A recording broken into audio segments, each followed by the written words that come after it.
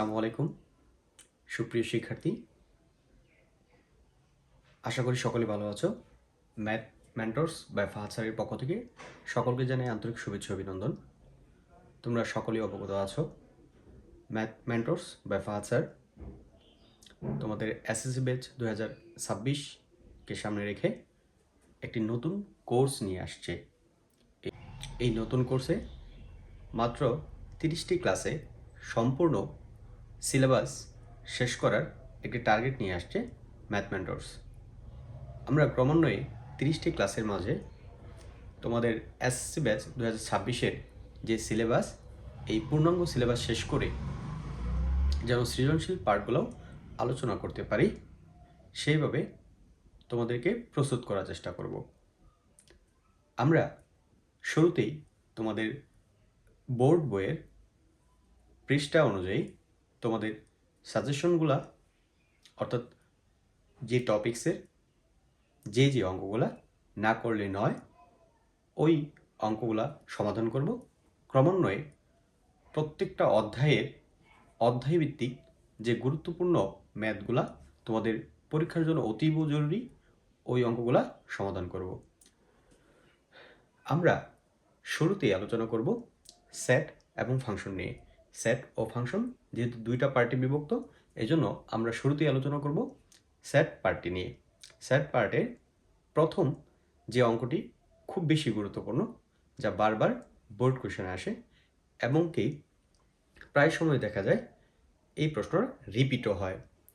দেখেন, আমরা এই অঙ্কটা দিকে একটু লক্ষ্য করি।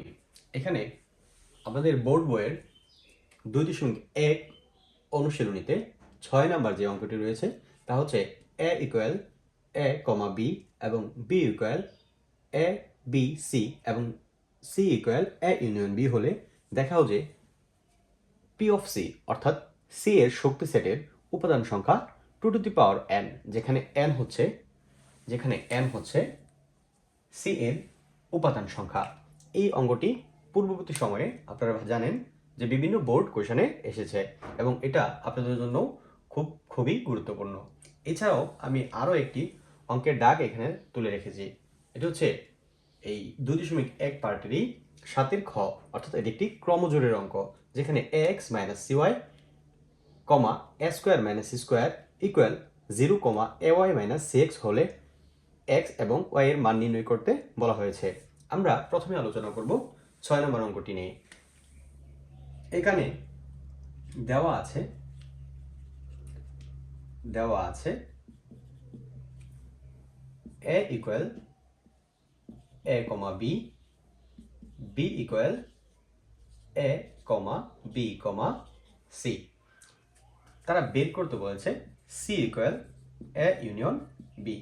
এখানে যেহেতু c এর মানটি দেওয়া নেই, তাই আমরা a সেট এবং b সেটটি থেকে এই c এর মানটি আমরা বের করে নেব।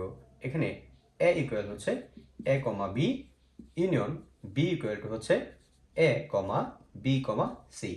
আমরা জানি ইউনিয়ন মানে হচ্ছে কমন আনকমন সব, অর্থাৎ এটা একটি সংযোগ সেট।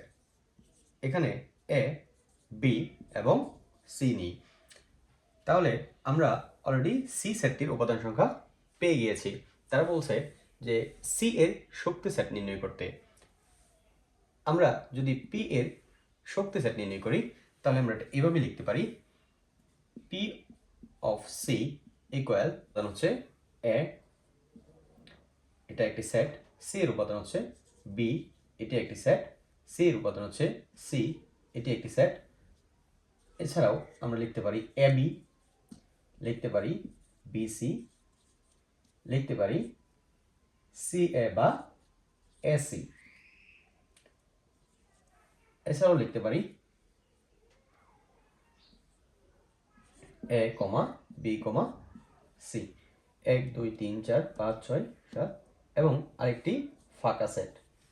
একটু ভালোভাবে লক্ষ্য করলে দেখতে পারবেন যে আমরা যেভাবে উপসেটের উপাদানগুলো আলাদা আলাদা করতে পারি, আলাদা আলাদা সেট হিসেবে লিখতে পারি, শক্তি সেটের ক্ষেত্রেও একইভাবে প্রত্যেকটি, অর্থাৎ সি সেটের প্রত্যেকটি উপাদান নিয়ে গঠিত সেটগুলো আমরা আলাদা আলাদা লিখতে পারি।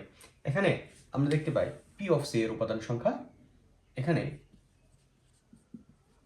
পি অফ সি এর উপাদান সংখ্যা, এখানে পি অফ সি এর উপাদান সংখ্যা ইকুয়াল 8, যা আমরা 2 কিউব হিসেবে লিখতে পারি। আবার তারা ফার্স্টেই ডাকে বলে দিচ্ছে n হচ্ছে সি এর উপাদান সংখ্যা। এখানে আবার সি এর উপাদান সংখ্যা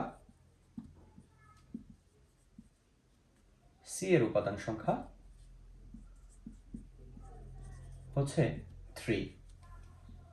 সি এর উপাদান সংখ্যাকে যদি আমরা n দ্বারা প্রকাশ করি তাহলে লিখতে পারি n ইকুয়াল টু 3। অর্থাৎ আমরা বলতে পারি সি এর উপাদান সংখ্যা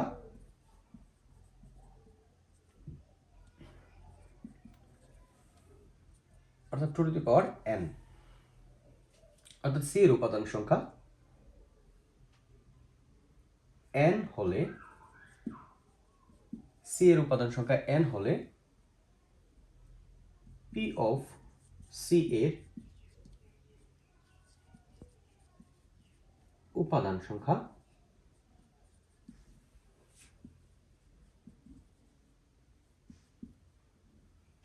পি অফ সি এর উপাদান সংখ্যা 2 টু দি পাওয়ার n কে সমর্থন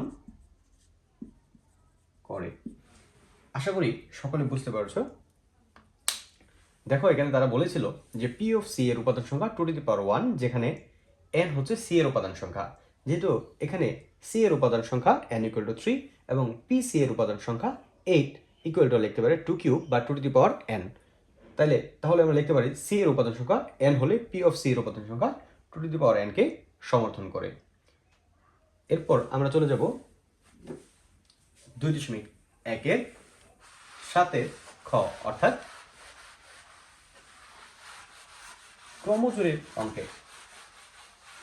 আমরা জানি আজকে যারা ক্লাসটা দেখছি সকলে বেসিক পার্টটা আলোচনা করার পরে, অর্থাৎ বেসিক পার্টটা ভালোভাবে বোঝার পরে আমি এই ক্লাসটা করতে এসেছি।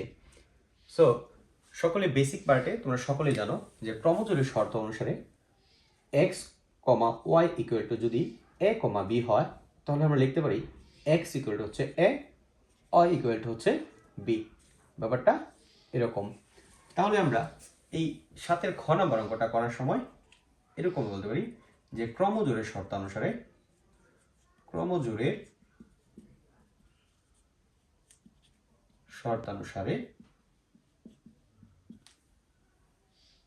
x মাইনাস cy ইকুয়াল 0, বা আমরা এই ax ইকুয়াল cy লিখতে পারি, বা x ইকুয়াল লিখতে পারি cy বাই a, যাকে আমরা 1 নং সমীকরণ হিসেবে লিখতে পারি। আবার যেহেতু ক্রমজোড়ের শর্ত অনুসারে x ইকুয়াল টু হচ্ছে a, y equal to b, তাহলে লিখতে পারি a square minus c square equal ay minus cx। এখানে এই a square minus c square ঠিক রেখে ay মাইনাস c, এই x এর জায়গায় আমরা লিখতে পারি cy বাই a। আমরা এখানে যদি ঠিক রাখি a square minus c square, ওই পাশে যদি আমরা a নিচে লসাগু নেই তাহলে a square y minus c square y লিখতে পারি। এখানে যদি আমরা একটু আড়াআড়ি গুণ করি লিখতে পারি a into a square minus c square সমান, ওই পাশে যদি একটা y কমন নেই থাকবো a square minus c square.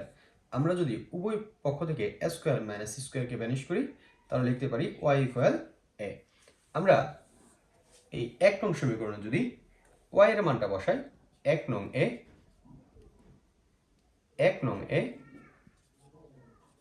y এর মান বসিয়ে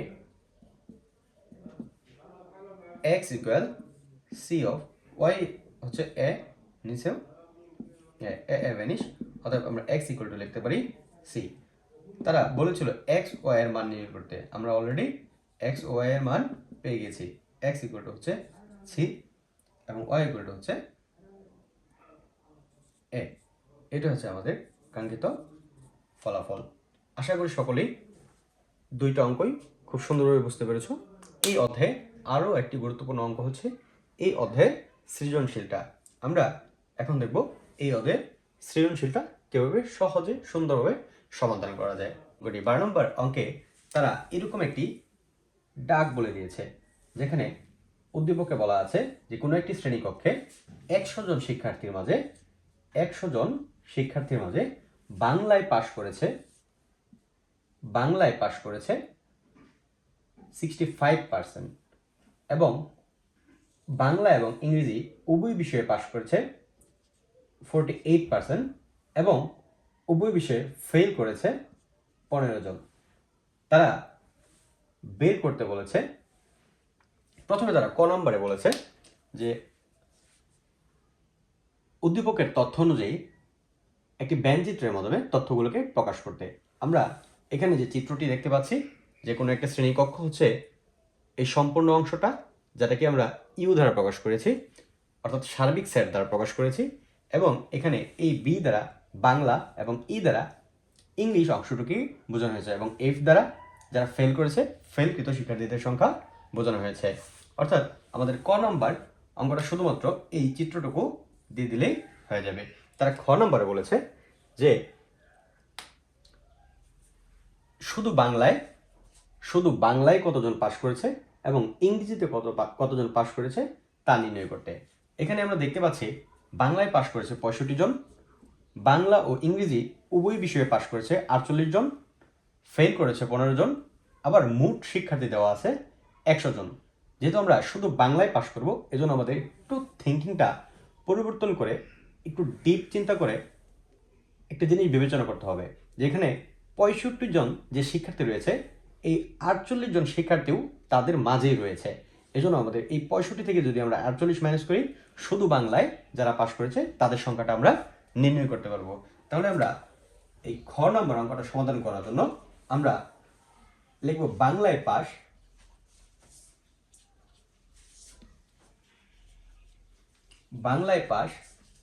65 জন,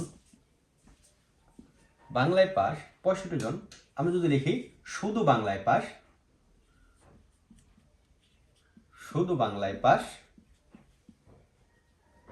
এই 65 মাইনাস 48 জন। অবশ্যই তোমরা বুঝতে পারছো এটা আমরা কি জন্য লিখতে পারছি, কারণ 65 জন শিক্ষার্থী বাংলায়, আবার এই 48 জন শিক্ষার্থী বাংলা ও ইংরেজি উভয় বিষয়ে পাশ। আমাদের প্রয়োজন শুধু বাংলায় পাশ করেছে কতজন। যেহেতু এই 48 জন বাংলা ও ইংরেজি উভয় বিষয়ে পাশ করেছে, যেহেতু তারা ইংরেজিতেও পাশ করেছে, এই জন্য তাদেরকে আমরা আলাদা করে দিচ্ছি। তাহলে আমরা লিখতে পারি 65 মাইনাস 48 ইকুয়াল 17 জন। তাহলে আমরা লিখতে পারি এরকম, শুধু বাংলায় পাশ করেছে 17 জন। এখন তারা বলেছে ইংরেজিতে পাশ করেছে কতজন। আচ্ছা লক্ষ্য করো যে ইংরেজিতে পাশ করেছে কতজন, এটা যদি বের করতে চাই, ইংরেজিতে পাশ করেছে, আমাদের শ্রেণীকক্ষে শিক্ষার্থী ছিল 100 জন, এর মাঝে 17 জন বাংলায় পাশ, 48 জন উভয় বিষয়ে পাশ এবং 15 জন ফেল। অর্থাৎ 100 জন শিক্ষার্থীর মাঝে 17 জন বাংলায়, 48 জন উভয় বিষয়ে এবং 15 জন ফেল। বাকি যে শিক্ষার্থীগুলো রয়েছে তারাই আসলে ইংরেজিতে পাশ করেছে। অর্থাৎ আমরা লিখতে পারি 100 মাইনাস, ক্যালকুলেশন করলে আমরা দেখতে পাবো 80, অর্থাৎ 20 জন। অর্থাৎ আমরা খ নম্বরের উত্তরটা এভাবে করতে পারি যে বাংলায় পাশ করেছে 65 জন, শুধু বাংলায় পাশ করেছে 17 জন এবং ইংরেজিতে পাশ করেছে 20 জন। এটা হচ্ছে আমাদের কাঙ্ক্ষিত উত্তর। গ নম্বরে আমরা দেখতে পাই উভয় বিষয়ে পাশ এবং উভয় বিষয়ে ফেল শিক্ষার্থীদ্বয়ের মৌলিক গুণনীয়ক সমূহের সংযোগ সেট নির্ণয় করার কথা। তাহলে আমরা যদি এখানে একটু লক্ষ্য করে দেখতে পাই, উভয় বিষয়ে পাশ হচ্ছে 48 জন, উভয় বিষয়ে ফেল হচ্ছে 15 জন।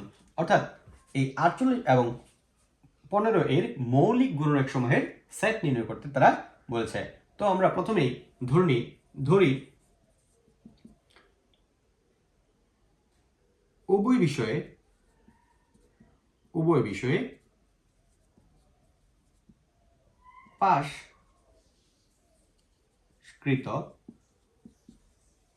শিক্ষার্থীর সেট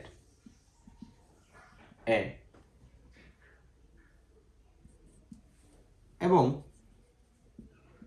উভয় বিষয়ে ফেল শিক্ষার্থীর সেট বি। অর্থাৎ আমরা লিখতে পারি এ ইকুয়াল, যেহেতু উভয় বিষয়ে পাশকৃত শিক্ষার্থীর সংখ্যা হচ্ছে 48, তাহলে লিখতে হবে 1 ইন্টু 48 বা 2 ইন্টু 24, 3 16 48, 4 12 48, 6 8 48। একইভাবে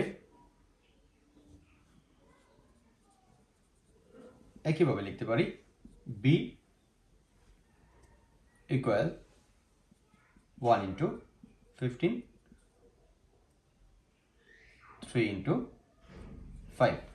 এখানে আমাদের একটু লক্ষ্য রাখতে হবে, আমরা এখানে যতগুলো গুণনীয়ক পেয়েছি 1 2 3 4 6 8 12 16 24 48 এবং এখানে 1 3 5 15।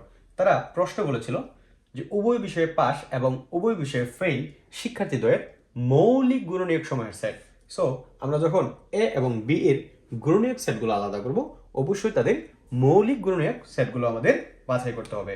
তাহলে আমরা লিখতে পারি এ এর মৌলিক গুণনীয়কের সেট, এ এর না লিখে আমরা লিখি যে 48 অর্থাৎ 48 এর মৌলিক গুণনীয়কের সেট, মৌলিক গুণনীয়ক সমূহের সেট এ ইকুয়াল, এখানে যেহেতু 2 একটি মৌলিক সংখ্যা, তোমরা সকলে জানো 1 কোনো সময় মৌলিক সংখ্যা নয়, 2 3 এখানে মৌলিক সংখ্যা হচ্ছে কত 2 আর 3, এবং 15 অর্থাৎ 15 এর মৌলিক গুণনীয়ক এর সেট হচ্ছে বি ইকুয়াল, লিখতে পারি আমরা এখানে 3 এবং 5, যে 3 5। তারা বলেছিল যে 48 এর মৌলিক গুণনীয়কের সেট এবং 15 এর মৌলিক গুণনীয়ক সেট সমূহের সংযোগ সেট। অতএব আমরা লিখতে পারি এ ইউনিয়ন, আমরা জানি ইউনিয়ন মানে হচ্ছে সংযোগ সেট, অর্থাৎ এ ইউনিয়ন বি ইকুয়াল, লিখতে পারি 2, 3 ইউনিয়ন 3, 5। আর সংযোগ সেট মানে হচ্ছে দুটি সেটের মধ্যে কমন এবং আনকমন সব, অর্থাৎ লিখতে পারি 2, 3, যা আমাদের কাঙ্ক্ষিত ফলাফল। তাহলে আমরা এই অঙ্কের মাধ্যমে অর্থাৎ সৃজনশীলটির মাধ্যমে 2.1 পার্টের খুবই গুরুত্বপূর্ণ যে অঙ্কগুলো ছিল, অর্থাৎ এই অধ্যায়ের 6 two to the power n কে সমর্থন করে কিনা একটি ক্রমজোরের অঙ্ক, এবং শেষে এই ভ্যান চিত্রের যে সৃজনশীলটি রয়েছে তা আমরা সমাধান করলাম। আমরা এখন শুরু করব ফাংশন পার্টের গুরুত্বপূর্ণ যে ম্যাথগুলো রয়েছে সেগুলো। সেট ফাংশন অধ্যায়ের ফাংশন পার্টের যে অঙ্কটি আমরা সবচেয়ে গুরুত্বপূর্ণ হিসেবে লিখেছি তা হচ্ছে উদাহরণের 23 নম্বর অঙ্কটি, যেখানে লেখা আছে f of y equal y cube minus 3y square plus 1 by y into 1 minus y হলে দেখাও যে f of 1 by y equal f of 1 minus y। এছাড়াও আমরা এই 2.2 অর্থাৎ ফাংশন যে পার্টটা রয়েছে এই ফাংশন পার্টের 13 অনুসরণের 13, 14, 16 এবং 18 নম্বর অঙ্কগুলোকে গুরুত্বপূর্ণ হিসাবে বিবেচনা করেছি। তো আমরা ক্রমান্বয়ে 13, 14, 16, 18 এবং সর্বশেষে এই উদাহরণের 23 নম্বর অঙ্কটি সমাধান করব। তো শুরু করা যাক। আমরা প্রথমেই 13 নম্বর অঙ্কে দেখতে পাচ্ছি যদি f of y equal y cube plus ky square minus 4y minus 8 হয় তবে k এর কোন মানের জন্য f of minus 2 equal to 0 হবে। তাহলে এখানে f of minus 2 এর জন্য আমাদের এই সমীকরণের মানটা প্রথমেই নির্ণয় করতে হবে, যে এখানে f of y equal y cube plus ky square minus 4y minus 8, অতএব f of minus 2 এর জন্য মানটি হবে minus 2 cube plus k minus 2 whole square minus 4 y এর মান হচ্ছে minus 2 minus 8। এখানে minus 2 এর উপর কিউব মানে হচ্ছে minus 8, এখানে মাইনাসের যেহেতু মাইনাসের উপর স্কোয়ার অর্থাৎ হয়ে যাবে প্লাস, অর্থাৎ আমরা লিখতে পারি প্লাস 4k, মাইনাসে মাইনাসে প্লাস হয়ে গেলে হয়ে যাবে 8 minus 8। এখানে আমরা এই প্লাসের 8 এবং মাইনাসের 8 যদি ভ্যানিশ করে দিই তাহলে লিখতে পারি 4k minus 8। তারা বলেছিল f of minus 2 equal to zero হবে। আমরা f of minus two equal to পেয়ে গেছি 4k মাইনাস 8। অর্থাৎ যদি এই কে এর কোনো মানের জন্য f of minus two equal to zero হয়, তাহলে আমরা লিখতে পারি যে প্রশ্ন মতে এই 4k মাইনাস 8 ইকুয়াল জিরো। তারা বলে দিয়েছিল f of minus two equal to zero, আর f of minus two equal to যেহেতু আমরা 4k মাইনাস 8 পেয়েছি, এই জন্য আমরা লিখতে পারি 4k মাইনাস 8 ইকুয়াল জিরো। অর্থাৎ এই 4k ইকুয়াল টু 8 বা k ইকুয়াল 8/4, অর্থাৎ 4 দুগুণে 8, অর্থাৎ k এর মান 2। তাহলে আমরা ফলাফলটা এভাবে লিখতে পারি যে k এর 2 মানের জন্য f of minus 2 equal 0 হবে। একইভাবে আমরা যদি 14 নম্বর দাগের দিকে একটু লক্ষ্য করি, তাহলে আমরা দেখতে পাবো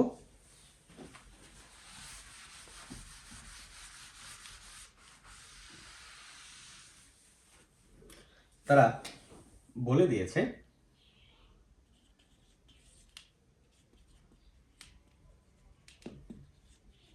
দেওয়া আছে f of x cube minus 6x square plus 11x minus 6, f of x equal x cube minus 6x square plus 11x minus 6 হলে তারা বের করতে বলছে f of x equal to 0 হবে x এর কোন মানের জন্য। তারা অর্থাৎ বলে দিয়েছে x এর কোন মানের জন্য f of x equal to 0 হবে। আমরা পূর্ববর্তী যে অঙ্কটি করেছিলাম এখানে দেওয়া ছিল f of minus 2 এর জন্য 0 হবে, কিন্তু এখানে কোনো নির্দিষ্ট মানের জন্য আমরা 0 বিবেচনা করতে পারি না। এই জন্য আমরা আমাদের ইচ্ছা মতো অর্থাৎ ভ্যানিশিং মেথডটা অ্যাপ্লাই করে আমরা যে কোনো একটি মানের জন্য এই সমীকরণের মানটি শূন্য নির্ণয় করার চেষ্টা করব। আমরা শুরুতে চেষ্টা করব এখানে এমন একটা মান দিতে হবে যে মানের জন্য এই সমীকরণটির মান শূন্য হয়।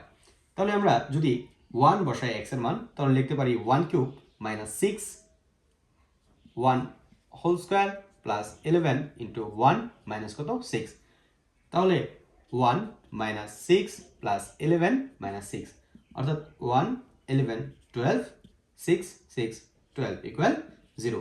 অনেকের মনে একটি প্রশ্ন থেকেই যায়, স্যার আমরা কিভাবে এই x ইকুয়াল টু 1 বসালাম, x এর বদলে কিভাবে আমরা 1 বসালাম, অন্য কোনো মান দিলে কি এখানে 1 হওয়ার সম্ভাবনা আছে?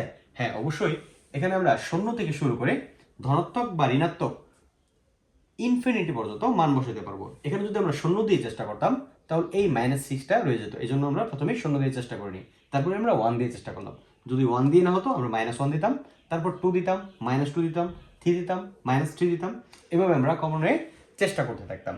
সো তোমরা যখন এই টাইপের অঙ্কগুলো করতে থাকবা অবশ্যই নিজে চেষ্টা করার চেষ্টা নিজেই বের করার চেষ্টা করবা যে কোন মানের জন্য এই সমীকরণটার মান শূন্য হতে পারে। আমরা 1 দিলাম, এমন হতে পারে এটা 2 দিলে শূন্য হবে, 3 দিলে শূন্য হবে। সো এটা তোমরা তোমাদের নিজের ইচ্ছা মতো যাচাই করে নিবা। সো আমরা এখানে দেখতে পাচ্ছি x = 1 এর জন্য আমরা সমীকরণের মান শূন্য পাচ্ছি। আমরা যেহেতু 1 এর জন্য শূন্য পাই, এরকম আরো কোনো x এর আরো অন্যান্য কোনো মানের জন্য শূন্য পাই কিনা এরকম যদি বের করতে চায়, তাহলে আমাদের যে ভ্যানিশিং যে মেথডটা ওই মেথডের অঙ্কগুলোর মতো আমাদের একটু এই x = 1, অর্থাৎ এখানে এই x = 1 বা এই x - 1 = 0 কে, অর্থাৎ এই x - 1 K f of x এর একটি উৎপাদক বিবেচনা করতে পারি। এর কারণ হচ্ছে আমরা জানি কোনো একটা সমীকরণের উৎপাদকীয় রাশির চলকের মান দ্বারা ওই সমীকরণের মান শূন্য হয়। কথাটা কি আবার বলছি, একটু শোনো, লক্ষ্য করে যে কোনো একটি সমীকরণে যে উৎপাদক পাই ওই উৎপাদক রাশির চলকের মানের জন্য ওই উৎপাদকীয় রাশির মান শূন্য হয়। অর্থাৎ তোমরা যদি এদিকে একটু ফোকাস করো যে x² + 7x + 12 = 0 যদি 0 হয়, তাহলে আমরা এটা যদি মিডল ফ্যাক্টর করি পাই x + 4 এবং পাই x + 3 = 0। অতএব x + 4 = 0 এবং x + 3 = 0। অতএব x = কত -4 এবং x = কত -3। এখানে তোমরা একটু লক্ষ্য করলে দেখতে পাবা যে x² + 7x + 12 যে সমীকরণটা আছে এই সমীকরণে যদি আমরা x এর মান যদি -4 বসাই তাহলে এই সমীকরণের মান হচ্ছে 0 এবং x = যদি -3 বসাই তাহলে এই সমীকরণের মান হচ্ছে 0। সেই অনুরূপভাবে আমরা এখানে x - 1, যেহেতু এই 1 এর জন্য এই সমীকরণের মান 0 হয়, তাই আমরা x - 1 কে এই সমীকরণের একটি উৎপাদক বিবেচনা করতে পারি। তাই আমরা লিখতে পারি x - 1 f of এক্স এর একটি উৎপাদক।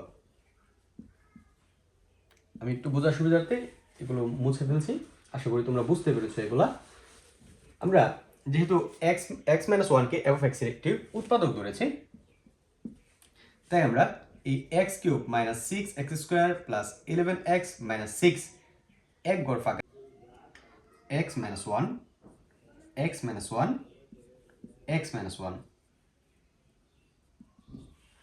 যেহেতু এখানে এই রাশির সর্বোচ্চ পাওয়ার ঘাত মাত্রা বা সূচক এক্স কিউব, সেজন্য আমরা এই x minus one x minus one x minus one তিনবার লিখলাম।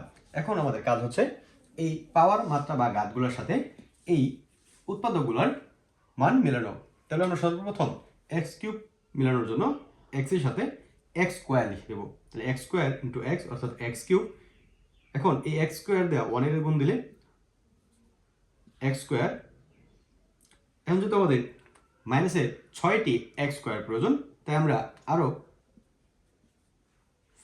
5টি এক্স স্কোয়ার আনার জন্য 5x দ্বারা গুণ দিব, অর্থাৎ minus five x square. Minus মাইনাসে প্লাস 5x থেকে 5x। এখানে আমাদের প্রয়োজন 11x অর্থাৎ 11টি এক্স প্রয়োজন, আমাদের হয়েছে অলরেডি 5টি এক্স। এই জন্য আমরা আরও 6টি এক্স আনবো প্লাসের। তাহলে প্লাস 5x আনার জন্য 5 দিয়ে যদি আমরা গুণ দিই তাহলে হয়ে যাচ্ছে প্লাস, সরি এটা আমাদের 6x দিয়ে গুণ দিতে হবে। 6x দিয়ে যদি গুণ দিই তাহলে হয়ে যাচ্ছে কত 6x।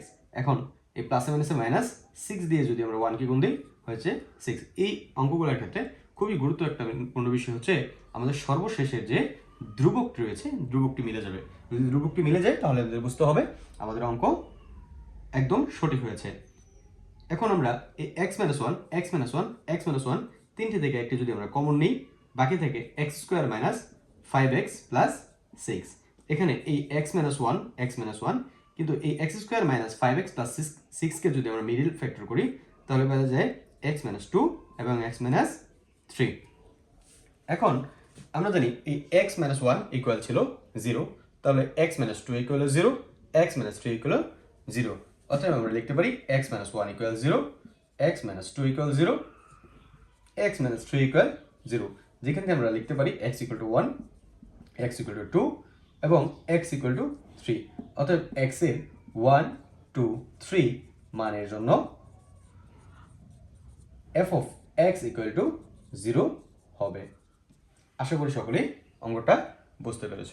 16 নম্বর অঙ্কের দিকে যদি আমরা একটু লক্ষ্য করি তাহলে দেখতে পাবো দেওয়া আছে g of x equal 1 plus x square plus x to the power 4 by x square হলে দেখাও যে g of 1 by x square equal to g of x square. অঙ্কটা সহজ হলেও বিভিন্ন বোর্ডে বিভিন্ন সময় এই অঙ্কটি বিভিন্নভাবে এসেছে। সো আমরা চেষ্টা করব আজকে এই অঙ্কটি সমাধান করার জন্য। যেখানে দেওয়া আছে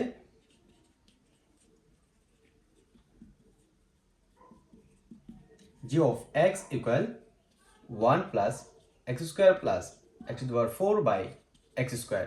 এখানে g of x equal to যদি 1 plus x square plus x to the power 4 by x square হয় তাহলে আমরা এই g of 1 বাই x স্কোয়ারের মানটা যদি নির্ণয় করি তাহলে দেখা যায় 1 প্লাস এই x এর মান হচ্ছে 1 বাই x স্কোয়ার, তার উপর square plus 1 by x square, তার উপর স্কোয়ার 1 বাই x স্কোয়ার, তার উপর স্কোয়ার।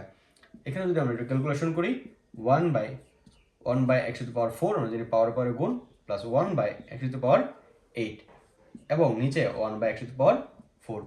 উপরে যদি আমরা একটা এই x টু দি পাওয়ার 8 লসাগু নেই তাহলে এই x to the power 8 into 1 অর্থাৎ x to the power 8 plus x to the power 4 x to the power 8 যদি আমরা ভাগ করি তাহলে পাওয়া যায় x to the power 4 plus x to the power 8 x to the power 8 কাটা থাকবে কত 1 by x to the power 4। এখানে যদি আমরা x to the power 8 plus x to the power 4 plus 1 by x to the power 8 কে সামনে রাখি তাহলে নিচে যে ভগ্নাংশ আকারে এটা উল্টে যাবে x to the power 4 by 1। x to the power 4 দিয়ে যদি x টু দি পাওয়ার 8 থাকবে তো x টু দি পাওয়ার 4, অর্থাৎ আমরা পেয়ে গেলাম x to the power 8 plus x to the power 4 plus 1 by x to the power 4। একইভাবে যদি আমরা এই g অফ x স্কোয়ারের মানটা নির্ণয় করি তাহলে পাবো 1 প্লাস x স্কোয়ার তার উপর স্কোয়ার প্লাস x স্কোয়ার তার উপর 4 বাই x স্কোয়ার তার উপর স্কোয়ার, অর্থাৎ 1 plus x to the power 4 plus 1 by x to the power 8 by কত x টু দি পাওয়ার 4। এটা যদি আমরা একটু ক্রমান্বয়ে লিখি x to the power 8 plus x to the power 4 plus 1 x to the power 4। অতএব আমরা লিখতে পারি g of 1 by x square equal g of x square. তারা যেহেতু দেখাইতে বলেছে, সো আমরা লিখতে পারি সই বা দেখানো হলো। এখন আমরা আলোচনা করব 2.2 এর অত্যন্ত গুরুত্বপূর্ণ একটি অঙ্ক, ওদের বইয়ের উদাহরণ 23। এখানে দেওয়া আছে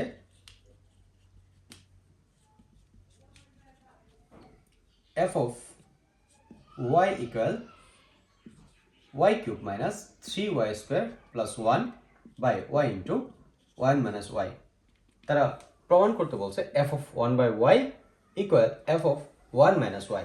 এখানে যদি আমরা f of 1 by y এর মানটা নির্ণয় করি তাহলে হয়ে যাবে 1 by y উপরে cube minus 3 into 1 by y উপরে whole square plus 1 1 by y 1 minus 1 by y। অর্থাৎ আমরা এটাকে এভাবে লিখতে পারি 1 by y কিউব মাইনাস, যেহেতু y এর উপর স্কয়ার তাহলে লিখতে পারি আমরা y স্কয়ার উপরে হচ্ছে 3 প্লাস কত 1, এই 3 কে 3। আবার সামনে নিচে লিখতে পারি 1 by y। এখানে যদি আমরা একটা y লসাগু নেই তাহলে y কি y মাইনাস কত 1। সেম ভাবে উপরে যদি আমরা y কিউব লসাগু নেই তাহলে উপরে হচ্ছে 1 মাইনাস এই y square the y cube এর থাকবে একটা y, অর্থাৎ 3y প্লাস এই 1 দ্য y কিউব গুণ দিলে হয়ে যাবে কত y কিউব, আর নিচে রয়ে যাবে এই y আর y স্কয়ার এবং y মাইনাস 1। এখন আমরা এটাকে যদি একটু একান্তরকরণ করি, অর্থাৎ 1 plus 1 minus 3y plus y cube by y cube যদি ঠিক রাখে এবং এই y স্কয়ার এবং y মাইনাস y নিচে দিই তাহলে y স্কয়ার দিয়ে y কিউবে যদি কাটি থাকবে একটা y, অর্থাৎ নিচে থাকছে y ইন্টু y মাইনাস 1 এবং উপরে থাকছে 1 minus 3y plus y cube.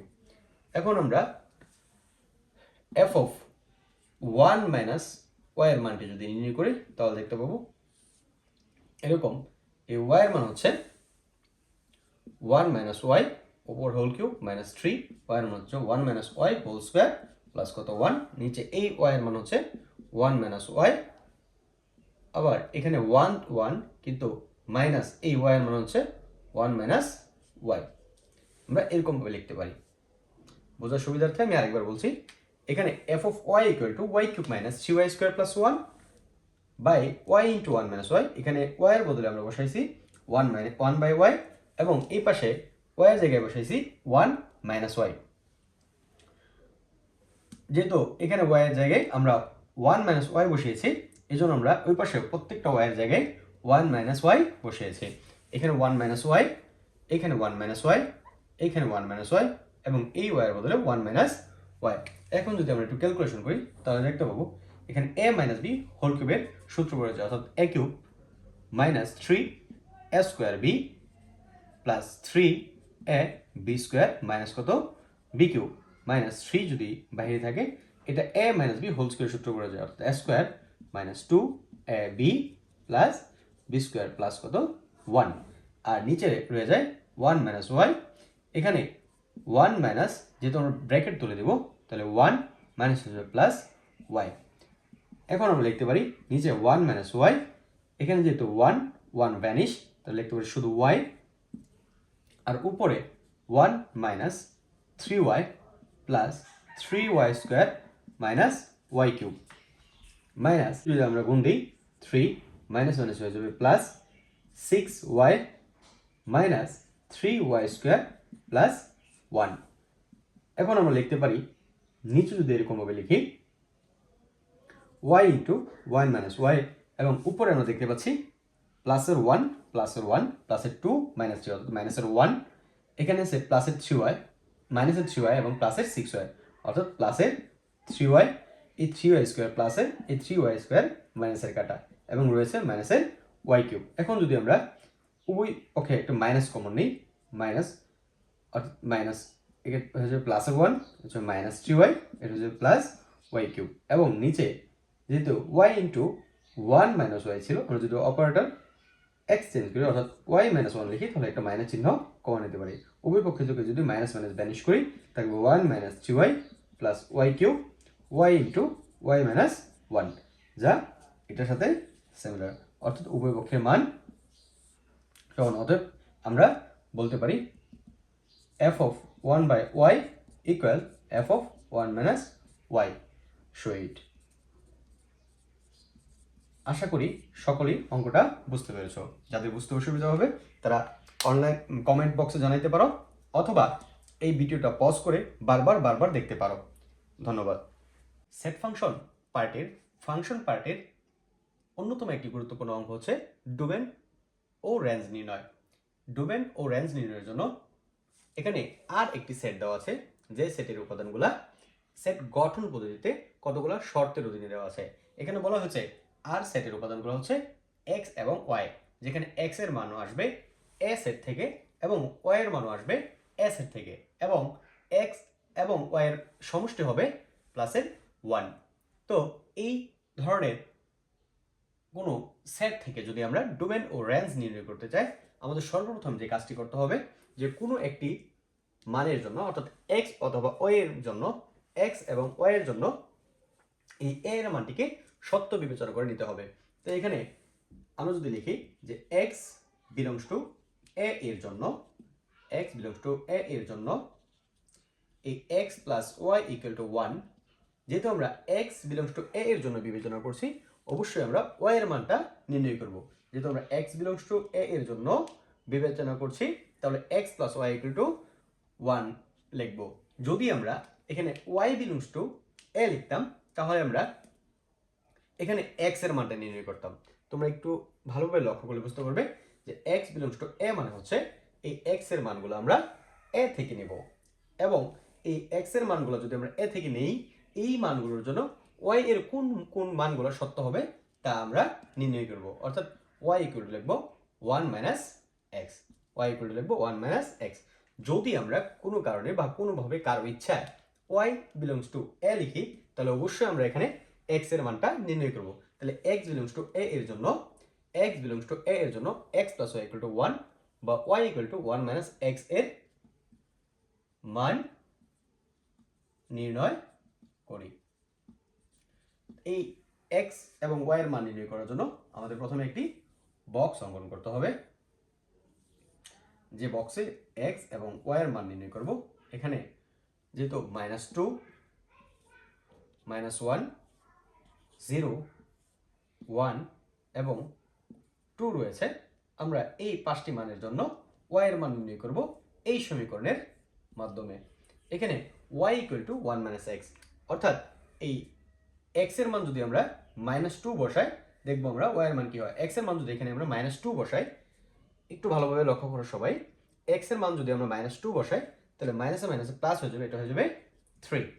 এবং এক্স এর মান যদি মাইনাস ওয়ান বসাই এটা হয়ে যাবে টু। এক্স এর মান যদি ওয়ান বসাই, এক্স এর মান যদি আমরা জিরো বসাই তাহলে এটা হয়ে যাবে ওয়ান। এবং এক্স এর মান যদি ওয়ান বসাই এটা হয়ে যাবে জিরো। এক্স এর মান যদি আমরা টু বসাই হয়ে যাবে মাইনাস ওয়ান। অর্থাৎ এক্স বিলংস টু এ এর জন্য আমরা ওয়াই এর সম্ভাব্য মানগুলা নির্ণয় করলাম। এখন তারা আমাদের প্রশ্নে বলেছিল যে আর সেটের উপাদানগুলো হবে এক্স ওয়াই, যেখানে এক্স এর মানটা আসবে এ থেকে এবং ওয়াই এর মানও আসবে এ থেকে। কিন্তু একটু তোমরা লক্ষ্য করলে দেখতে পাবে এখানে থ্রি, এই three not belongs to A, অর্থাৎ এই থ্রি এর ভিতরে নেই। এই জন্য আমরা লিখতে পারি কিন্তু three not belongs to A, অর্থাৎ এই থ্রি মানটি এর ভিতরে নেই। অর্থাৎ এই minus two comma three, minus two comma three এই সেটটি বা এই বিন্দুটি আর এর ভিতরে নেই, অর্থাৎ নট বিলংস টু আর। এই কথাটা আমি আরেকবার বলছি, একটু ভালোভাবে লক্ষ্য করো। তারা বলেছিল এক্স এর মান এবং ওয়াই এর মান উভয়ই এর ভিতর থেকে আসবে, কিন্তু এখানে এই থ্রি অর্থাৎ ওয়াই এর মান এর ভিতরে নেই। এই জন্য এই ফুল অর্থাৎ এক্স এর মান এবং ওয়াই এর মান উভয়ই আর এর ভিতরে নাই। অর্থাৎ নির্ণীয় সেটটি হবে, নির্ণীয় সেট হবে মাইনাস ওয়ান, টু, 0,1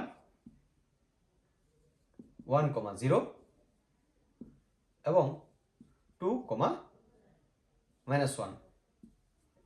এখন তারা যেহেতু ডোমেন এবং রেঞ্জকে নির্ণয় করতে বলেছে, আমরা প্রথমেই নির্ণয় করব ডোমেন।